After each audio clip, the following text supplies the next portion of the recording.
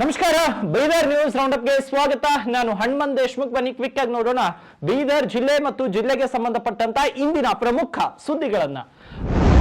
ಅರಣ್ಯ ಸಚಿವ ಈಶ್ವರ್ ಖಂಡ್ರೆ ಅವರು ಅಖಿಲ ಭಾರತ ವೀರಶೈವ ಮಹಾಸಭಾದ ರಾಷ್ಟ್ರೀಯ ಅಧ್ಯಕ್ಷರಾಗಿ ಅವಿರೋಧವಾಗಿ ಆಯ್ಕೆಯಾದ ಬೆನ್ನಲ್ಲೇ ಅಭಿನಂದನೆಗಳ ಮಹಾಪೂರವೇ ಹರಿದು ಬಂದಿದೆ. ನಿನ್ನೆ ಖಂಡ್ರೆ ಅವರು ಅಧ್ಯಕ್ಷರಾದ ಬೆನ್ನಲ್ಲೇ ರಂಭಾಪುರಿ ಜಗದ್ಗುರುಗಳು ಕರೆ ಮಾಡಿ ಅಧ್ಯಕ್ಷರಾಗಿ ಆಯ್ಕೆಯಾದ ವಿಷಯ ತಿಳಿದು ತುಂಬಾ ಖುಷಿಯಾಯಿತು. ಭೀಮಣ್ಣ ಖಂಡ್ರೆ ಹಾಗೂ ಶಾಮನೂರು ಶಿವಶಂಕರಪ್ಪನವರ ಮಾರ್ಗದರ್ಶನದಲ್ಲಿ ಬೆಳೆದ ನೀವು ವೀರಶೈವ ಲಿಂಗಾಯತ್ ಸಮಾಜವನ್ನ ಒಗ್ಗೂಡಿಸುವ ನಿಟ್ಟಿನಲ್ಲಿ ಕೆಲಸ ಮಾಡುತ್ತೀರಿ ಎಂಬ ಆತ್ಮವಿಶ್ವಾಸ ಇದೆ. ನಿಮಗೆ ಶುಭವಾಗಲಿ ಅಂತ ಶುಭ ಹಾರೈಸಿದ್ದಾರೆ. ಇಲ್ಲ, ನಾವು ಮಾಧ್ಯಮದಲ್ಲಿ ನೋಡಿದ್ವಿ, ಎಲ್ಲರೂ ಸರ್ವಾನುಮತದಿಂದ ಅವಿರೋಧ ಆಯ್ಕೆ ಮಾಡಿದ್ದು. ತಂದೆಯವರು ಮಾಡಿದ ಜರಡಿಯಲ್ಲಿ ಪಳಗಿರಿ ಶಿವಶಂಕರಪ್ಪನವರಿಗೆ ಸಾಥ್ ಕೊಟ್ಟು ಚೆನ್ನಾಗಿ ಮುಂದುವರ್ಸ್ಕೊಂಡು ಬಂದಿರಿ. ನಿಮ್ಗೆ ಆ ಜವಾಬ್ದಾರಿ ಪ್ರಾಪ್ತ ಆಗಿದ್ದು ನಮಗಂತೂ ತುಂಬಾ ಹರ್ಷ ಆಯ್ತು. ನಾವೊಂದು ಸಂದೇಶನ ಕಳಿಸಿದ್ವಿ ಪೇಪರ್ಗೆ, ಆಯ್ಕೆ ಆಗಿದ್ದ ನಾಳೆ ಬರ್ಬೋದು. ಇಲ್ಲ, ಒಳ್ಳೇದಾಗಲಿ. ಮತ್ತೆಲ್ಲ ಬಂದು ದರ್ಶನ ಮಾಡಿರಂತ.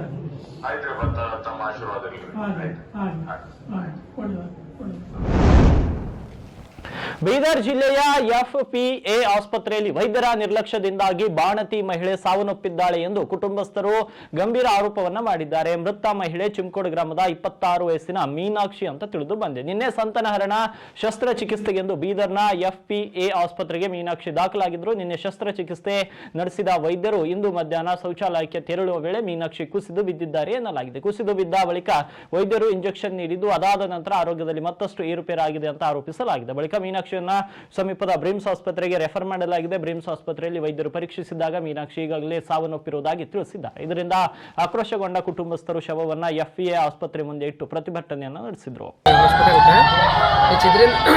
ಇದು ಮಕ್ಕಳದು ಆಪರೇಷನ್ ಮಾಡ್ಕೋಬೇಕಂತೇಳಿ ಕರ್ಕೊಂಡ್ ಬಂದೇವ್ರಿ. ಇಲ್ಲಿಗೆ ಕರ್ಕೊಂಡ್ ಬಂದಾದ್ಮೇಲೆ ನಿನ್ನ BP ಶುಗರು ಅದೆಲ್ಲ ಕರೆಕ್ಟ್ ಇತ್ತು. ಹುಡುಗಿದ್ದು ಆಪರೇಷನ್ ಎಲ್ಲ ಚಂದ ಮಾಡ್ಯಾರಿ ಡಾಕ್ಟರ್ಸ್.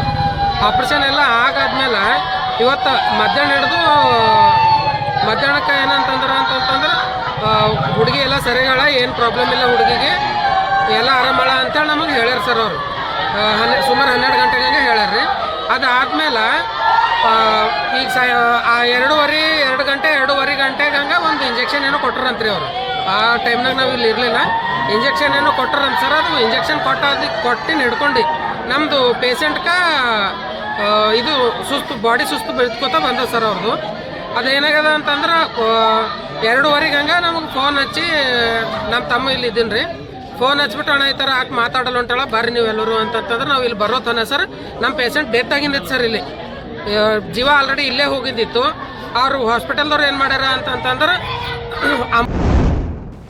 ಬೀದರ್ ಜಿಲ್ಲೆಯು ಕರ್ನಾಟಕದಲ್ಲಿ ಉಳಿಯುವಲ್ಲಿ ಡಾಕ್ಟರ್ ಭೀಮಣ್ಣ ಖಂಡ್ರೆ ಅವರ ಕೊಡುಗೆ ಅಪಾರವಾಗಿದೆ ಅಂತ ಹಿರಿಯ ಸಾಹಿತಿ ಡಾಕ್ಟರ್ ಸೋಮನಾಥ್ ನುಚ್ಚ ಅವರು ಅಭಿಪ್ರಾಯವನ್ನ ಪಟ್ಟರು. ಪಟ್ಟಣದ ಸದ್ಗುರು ವಿದ್ಯಾಲಯದಲ್ಲಿ ಕನ್ನಡ ಸಾಹಿತ್ಯ ಪರಿಷತ್ ಸಹಯೋಗದಲ್ಲಿ ಮಂಗಳವಾರ ನಡೆದ ಡಾಕ್ಟರ್ ಭೀಮಣ್ಣ ಖಂಡ್ರೆ ಅವರ ನುಡಿ ನಮನ ಕಾರ್ಯಕ್ರಮದಲ್ಲಿ ಅವರು ಮಾತನಾಡಿದರು. ಭಾಲ್ಕಿ ಹಿರೇಮಠದ ಹಿರಿಯ ಸ್ವಾಮೀಜಿ ದಿವಂಗತ ಡಾಕ್ಟರ್ ಚನ್ನಬಸವ ಪಟ್ಟದೇವರು ಹಾಗೂ ಡಾಕ್ಟರ್ ಭೀಮಣ್ಣ ಖಂಡ್ರೆ ಒಂದೇ ನಾಣ್ಯದ ಎರಡು ಮುಖಗಳು. ಚನ್ನಬಸವ ಪಟ್ಟದೇವರು ಇಚ್ಛಾಶಕ್ತಿ ಆದರೆ ಭೀಮಣ್ಣ ಖಂಡ್ರೆ ಅವರು ಕ್ರಿಯಾಶಕ್ತಿಯಾಗಿದ್ದರು. ಭೀಮಣ್ಣ ಖಂಡ್ರೆ ಅವರ ಸಾಧನೆ ಮರೆಯಲಾಗದು. ಅವರು ಹೋರಾಟ ಮಾಡದಿದ್ರೆ ಈ ಭಾಗ ಕರ್ನಾಟಕದಲ್ಲಿ ಇರುತ್ತಿದ್ದಿಲ್ಲ. ಕರ್ನಾಟಕದ ಕಿರೀಟ ಮುಂಡಿ ಕಳಚಿಕೊಳ್ಳುತ್ತಿತ್ತು. ಕರ್ನಾಟಕದ ಏಕೀಕರಣಕ್ಕಾಗಿ ಹೋರಾಡಿದ ಮಹಾನ್ ವ್ಯಕ್ತಿ ಅವರಾಗಿದ್ದಾರೆ ಅಂತ ತಿಳಿಸಿದ್ರು. ಪೂಜ್ಯರನ್ನ ಗುರುತಿರ್ಲಾರ್ದವ್ರು ಯಾರು ಇಲ್ಲ. ಬರೇ ಬೀದರ್ ಜಿಲ್ಲೆ ಅಲ್ಲ, ಭಾಲ್ಕಿ ಅಲ್ಲ, ಇಡೀ ಕರ್ನಾಟಕ ಅಂದ್ರೆ ಭೀಮಣ್ಣ ಖಂಡ್ರೆ ಅವರು ನೆನೆಸ್ತಾರೆ. ಭಾಲ್ಕಿ ಅಂದ್ರೆ ಭೀಮಣ್ಣ ಖಂಡ್ರೆ, ಭೀಮಣ್ಣ ಖಂಡ್ರೆ ಅಂದ್ರೆ ಭಾಲ್ಕಿ ಅನ್ನುವಂಥ ಹೆಸರುವಾಸಿ ಆಗಿರ್ತಕ್ಕಂಥ ಶತಾಯುಷಿಗಳಾಗಿರ್ತಕ್ಕಂಥ ಭೀಮಣ್ಣ ಖಂಡ್ರೆಜಿಯವರು ಇತ್ತೀಚೆಗೆ ನಿಧನರಾಗಿದ್ದಾರೆ. ಅವರ ನಿಧನದಿಂದ ಸಮಾಜಕ್ಕೆ, ರಾಜಕೀಯ ಕ್ಷೇತ್ರಕ್ಕೆ, ಶಿಕ್ಷಣ ಕ್ಷೇತ್ರಕ್ಕೆ ತುಂಬಲಾದಂಥ ನಷ್ಟ ಆಗಿದೆ. ಅವರೇ ಹೇಳಿದಂತೆ ಅವರ ಜನನ ಗೋರ್ಟಾದಲ್ಲಿ ಆಗಿದಂತೆ, ಗೋರ್ಟಾದಲ್ಲಿ ಆಗಿರ್ತಕ್ಕಂಥ ಜನನ ಮುಂದೆ ಭಾಲ್ಕಿಗೆ ಬಂದು ಹುಮನಾಬಾದ್ ತಾಲೂಕು ಆಡಳಿತದ ಕಚೇರಿಯಲ್ಲಿ ಇಂದು ಅಂಬಿಗರ ಚೌಡಯ್ಯ ಜಯಂತಿ ಕಾರ್ಯಕ್ರಮವನ್ನು ಅದ್ದೂರಿಯಾಗಿ ಆಚರಿಸಲಾಯಿತು. ಕಾರ್ಯಕ್ರಮದಲ್ಲಿ ವಿಧಾನ ಪರಿಷತ್ ಸದಸ್ಯರಾದ ಭೀಮರಾವ್ ಪಾಟೀಲ್ ಹಾಗೂ ಶಾಸಕ ಸಿದ್ದು ಪಾಟೀಲ್ ಮುಖ್ಯ ಅತಿಥಿಗಳಾಗಿ ಭಾಗವಹಿಸಿ ಅಂಬಿಗರ ಚೌಡಯ್ಯ ಅವರ ಭಾವಚಿತ್ರಕ್ಕೆ ಪೂಜೆ ಸಲ್ಲಿಸಿ ಪುಷ್ಪಾರ್ಚನೆ ಮಾಡುವ ಮೂಲಕ ನಮನವನ್ನು ಅರ್ಪಿಸಿದರು. ಪುಷ್ಪಾರ್ಚನೆ ಸಲ್ಲಿಸಿ ಮಾತನಾಡಿದ ಪರಿಷತ್ ಸದಸ್ಯ ಭೀಮರಾವ್ ಪಾಟೀಲ್ ಅವರು 12ನೇ ಶತಮಾನದ ವಚನಕಾರರಲ್ಲಿ ಒಬ್ಬರಾಗಿದ್ದಂತ ಅಂಬಿಗರ ಚೌಡಯ್ಯನವರು ವಚನ ಸಾಹಿತ್ಯಕ್ಕೆ ಅಮೂಲ್ಯ ಕೊಡುಗೆ ನೀಡಿದ ಮಹಾನ್ ಸಮಾಜ ಸುಧಾರಕರು ಅಂತ ತಿಳಿಸಿದರು. ಇನ್ನು ವೃತ್ತಿಯಲ್ಲಿ ಅಂಬಿಗರಾಗಿದ್ದರೂ ಕೂಡ ಪ್ರವೃತ್ತಿಯಲ್ಲಿ ಶ್ರೇಷ್ಠ ಅನುಭವಿ ತತ್ವಜ್ಞಾನಿಯಾಗಿದ್ದವರು ಸಮಾಜದಲ್ಲಿನ ಅಸಮಾನತೆ, ಅಂಧಶ್ರದ್ಧೆ ಹಾಗೂ ಅಂಕುಡೊಂಕುಗಳನ್ನು ನೇರ ಮತ್ತು ಸ್ಪಷ್ಟವಾದ ವಚನಗಳ ಮೂಲಕ ಪ್ರಶ್ನಿಸಿ ಜನರಲ್ಲಿ ಜಾಗೃತಿ ಮೂಡಿಸುವ ಕಾರ್ಯ ಮಾಡಿದ್ದಾರೆ ಎಂದರು. ಅಂಬೇಡ್ಕರ್ ಜಯಂತಿ ಅಂಗವಾಗಿ ತಾವೆಲ್ಲ ಸಮಾಜದವರಿಂದ ಎಲ್ಲ ಸಮಾಜದವರು ಬಂದಿದ್ರಿ. ತಮಗೆಲ್ಲರಿಗೆ ನಾನು ಶುಭಾಶಯಗಳು ಹೇಳ್ತಾ, ಈಗಾಗಲೇ ತಹಶೀಲ್ದಾರ್ ಮೇಡಮ್ ಅವರು ಮಾತಾಡಿದ್ದಾರೆ ಹಾಗೂ ಇಲ್ಲಿ ಬಂದಂಥ ಶಾಸಕರಾದಂಥ ಸಿದ್ದು ಪಾಟೀಲ್ ಮತ್ತು ಬಂದಂಥ ರಾಜಶೇಖರ್ ಶ್ರೀಗಳು ಮತ್ತು ಇಲ್ಲಿ ಸಮಾಜಿನ ಮತ್ತು ಎಲ್ಲ ಏನು ಗೌರ್ಮೆಂಟ್ ಆಫೀಸರ್ಸ್ ಬಂದಿದ್ದಾರೆ. ಇವತ್ತು ಯಾಕೋ ಜಾಸ್ತಿ ಜನ ಕಾಣ್ತಾ ಇದ್ದಾರೆ ಮೇಡಮ್. ಮನೆ ಶಾಸಕರು ಹೇಳಿದ ಯಾಕೋ ಇದು ಆಗಿರೋದು ತರಿಸ್ತಾ ಇದ್ದಾರೆ. ಇವತ್ತು ಯಾಕೋ ಎಲ್ಲ ಜನರಿಗೆ ಜಾಸ್ತಿ ಕಾಣ್ತದೆ ಅಂದ್ರೆ ಶೋಭೆ ಇರ್ತದೆ ಅಂತ ಹೇಳೋದು. ಎಲ್ಲರೂ ಬಂದ್ರೆ ಇಲ್ಲ ಏನಾಗ್ತಾ ಇತ್ತು, 4-5 ಜನ ಆಫೀಸರ್ಸು ನಮ್ಗೆ ತಪ್ಪಿದ್ದಿಲ್ಲ, MLA ತಪ್ಪಿದ್ದಿಲ್ಲ, ಸಮಾಜದ ಒಂದು 4-5 ಜನ ಅದು ಏನಾದರೂ ಜಯಂತಿ ಮಾಡಬೇಕಿತ್ತಂದ್ರೆ ಅನುಕೂಲ ಆಗ್ತಾ ಇದ್ದಿಲ್ಲ. ಇವತ್ತು ಚೆನ್ನಾಗಿದ್ದು ಬಂದ್ರಿ. ತಮ್ಗೆಲ್ಲರಿಗೆ ಮತ್ತೊಮ್ಮೆ ತಮ್ಗೆಲ್ಲರಿಗೆ ಬಂದಿದ್ದು ಕಡಿದು ನನ್ನ ಕಡಿದು ಧನ್ಯವಾದ ಹೇಳ್ತಾ, ಯಾಕಂದ್ರೆ ಇದೇನು ಜಯಂತಿ ಬೀದರ್ ಜಿಲ್ಲೆಯ ಬಸವ ಕಲ್ಯಾಣ ನಗರದಲ್ಲಿ ತಾಲೂಕು ಆಡಳಿತದ ವತಿಯಿಂದ 12ನೇ ಶತಮಾನದ ಶ್ರೇಷ್ಠ ವಚನಕಾರರಾದ ನಿಜ ಶರಣ ಅಂಬಿಗರ ಚೌಡಯ್ಯನವರ ಜಯಂತಿಯನ್ನು ಅದ್ದೂರಿಯಾಗಿ ಆಚರಿಸಲಾಯಿತು. ಬಸವ ಕಲ್ಯಾಣ ಶಾಸಕ ಶರಣು ಸಲ್ಗಾರ್ ನಿಜ ಶರಣ ಅಂಬಿಗರ ಚೌಡಯ್ಯನವರ ಭಾವಚಿತ್ರಕ್ಕೆ ಪೂಜೆಯನ್ನ ಸಲ್ಲಿಸಿದರು. ಬಸವ ಕಲ್ಯಾಣ ನಗರದ ಕೋಟೆಯಿಂದ ಅಂಬೇಡ್ಕರ್ ವೃತ್ತದವರೆಗೆ ಅಲಂಕಾರಿಕ ಟ್ರ್ಯಾಕ್ಟರ್ನಲ್ಲಿ ನಿಜ ಶರಣ ಅಂಬಿಗರ ಚೌಡಯ್ಯನವರ ಭಾವಚಿತ್ರವನ್ನ ಇಟ್ಟು ಅದ್ದೂರಿ ಮೆರವಣಿಗೆ ಮಾಡಿದರು. ಮೆರವಣಿಗೆಯಲ್ಲಿ ಡೊಳ್ಳು ಕುಣಿತ ಜನರ ಗಮನವನ್ನ ಸೆಳೆದವು.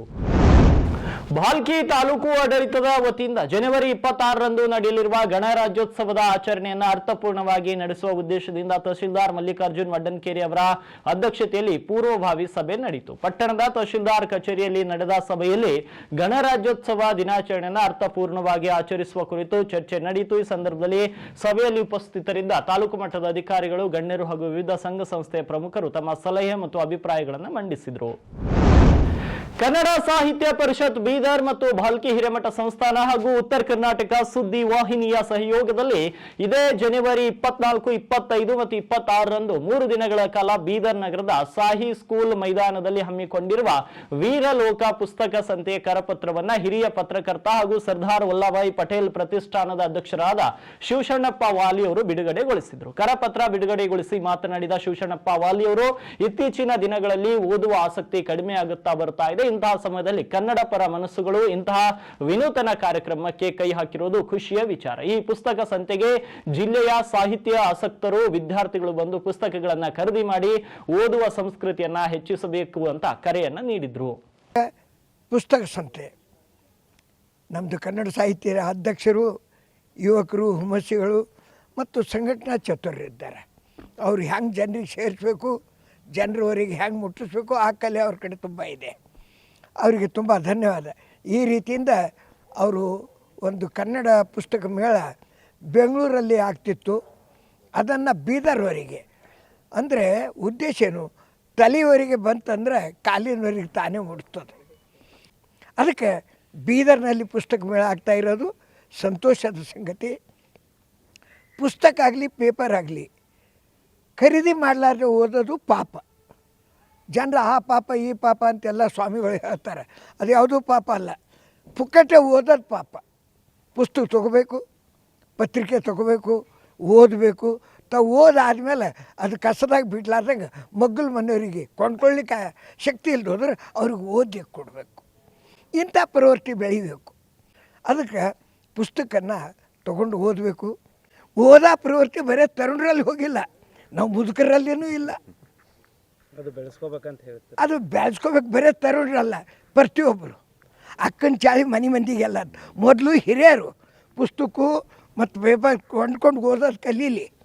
ಅವ್ರು ಮೊದಲು ಓದಲಿ, ಓದಿದ ಮೇಲೆ ಮನೆಗೆ ತಂದು ಬಿಟ್ಲಿ. ಅದು ಆ ಮಕ್ಕಳು ತಾನೇ ಸುಮ್ಮನೆ ವೀರಲೋಕ ಪ್ರಕಾಶನ, ಕನ್ನಡ ಸಾಹಿತ್ಯ ಪರಿಷತ್, ಬೈದರ್ ಮತ್ತು ಭಾಲ್ಕಿ ಹಿರೇಮಠ ಹಾಗೂ ಉತ್ತರ ಕರ್ನಾಟಕ ಸುದ್ದಿ ವಾಹಿನಿಯ ಸಹಯೋಗದಲ್ಲಿ ಇದೇ ಜನವರಿ 24, 25 ಮತ್ತು 26ರಂದು ಬೀದರ್ ನಗರದ ಸಾಯಿ ಸ್ಕೂಲ್ ಮೈದಾನದಲ್ಲಿ ನಡೆಯಲಿರುವ ವೀರಲೋಕ ಪುಸ್ತಕ ಸಂತೆಯ ಅಂಗವಾಗಿ ಸಾಯಿ ಸ್ಕೂಲ್ ಮೈದಾನದಲ್ಲಿ ಇಂದು ಪೂಜೆಯನ್ನ ಸಲ್ಲಿಸಿ ವೇದಿಕೆ ಅಳವಡಿಕೆಗೆ ಚಾಲನೆಯನ್ನ ನೀಡಲಾಯಿತು. ವೇದಿಕೆ ಆವರಣದ ಪೂಜಾ ಕಾರ್ಯಕ್ರಮದಲ್ಲಿ ಕನ್ನಡ ಸಾಹಿತ್ಯ ಪರಿಷತ್ನ ಜಿಲ್ಲಾಧ್ಯಕ್ಷ ಸುರೇಶ್ ಚನ್ಸಟ್ಟಿ, ಉತ್ತರ ಕರ್ನಾಟಕ ಸುದ್ದಿ ವಾಹಿನಿಯ ವ್ಯವಸ್ಥಾಪಕ ನಿರ್ದೇಶಕ ಆದಿಶ್ ವಾಲೆ, ಕಾರ್ಯಕ್ರಮದ ನೇತೃತ್ವವನ್ನು ವಹಿಸಿಕೊಂಡಿರುವಂತಹ ಗುರುನಾಥ್ ರಾಜಗಿರೆ ಸೇರಿದಂತೆ ಇನ್ನಿತರ ಪ್ರಮುಖರು ಉಪಸ್ಥಿತರಿದ್ದರು.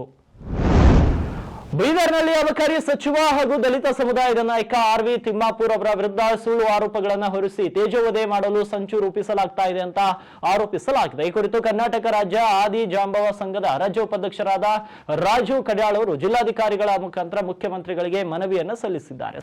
ಸಚಿವರ ಜನಪರ ಕಾರ್ಯಕ್ರಮಗಳನ್ನು ಸಹಿಸದ ಕೆಲ ಕಿಡಿಗೇಡಿಗಳು ಲಕ್ಷ್ಮೀನಾರಾಯಣ ಎಂಬ ವ್ಯಕ್ತಿಯೊಂದಿಗೆ ಶಾಮೀಲಾಗಿ ವ್ಯವಸ್ಥಿತ ಷಡ್ಯಂತರ ರೂಪಿಸುತ್ತಿದ್ದಾರೆ. ಇದರಿಂದ ಸಚಿವರ ವ್ಯಕ್ತಿತ್ವಕ್ಕೆ ಧಕ್ಕೆ ತರುವ ಹಾಗೂ ಸರ್ಕಾರಕ್ಕೆ ಕೆಟ್ಟ ಹೆಸರು ತರುವ ದುರುದ್ದೇಶ ಹೊಂದಿದ್ದಾರೆ ಅಂತ ಮನವಿಯಲ್ಲಿ ಆರೋಪಿಸಲಾಗಿದೆ.